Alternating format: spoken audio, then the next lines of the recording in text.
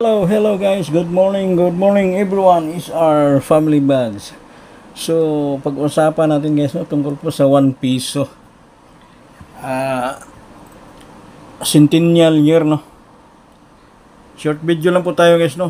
Nag-alok lang po tayo sa naghanap nito no. Yan po guys no. Hindi po nagbibiro si Sarah. Once na nagre-release po kami, talagang napanood namin yan sa FB no. Marami talagang naghanap ng ganitong klaseng year no. Itong 2000 year na 1 piso guys no, pasok na po ito sa semi hard to find no. Centennial year no. May vlogger dyan na naghanap ng ganitong klaseng year no. Bibilhin daw niya 200 to 400 depende sa kondisyon no. Walang limit kung ilang piraso. Sana po boss no,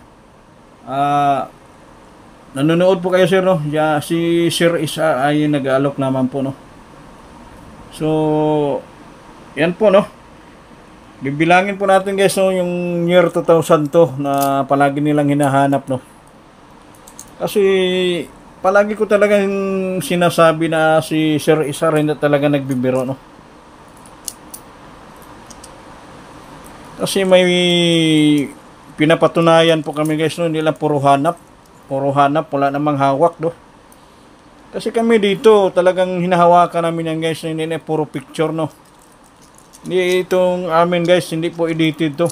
Talagang yan no, year 2005.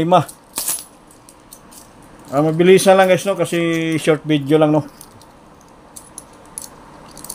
Nag-alok lang po sir, sana mapusuan nyo po no. Puro year 2000 no, 10. Puro mga good condition to sir no. Sana mapusuan nyo po sir no. Yan no, 15. Mabilisan lang po no, kasi short video lang po no. Sana pinapanood ni sir no.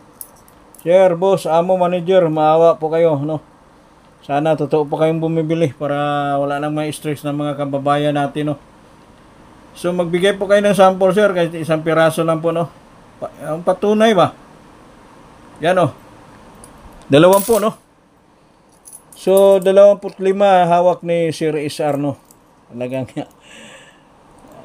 hindi po edited to guys, talagang real to guys no. Yung hinawakan namin no, hindi puro salita lang no. Yan po, 25 piraso boss, amo, manager, puro year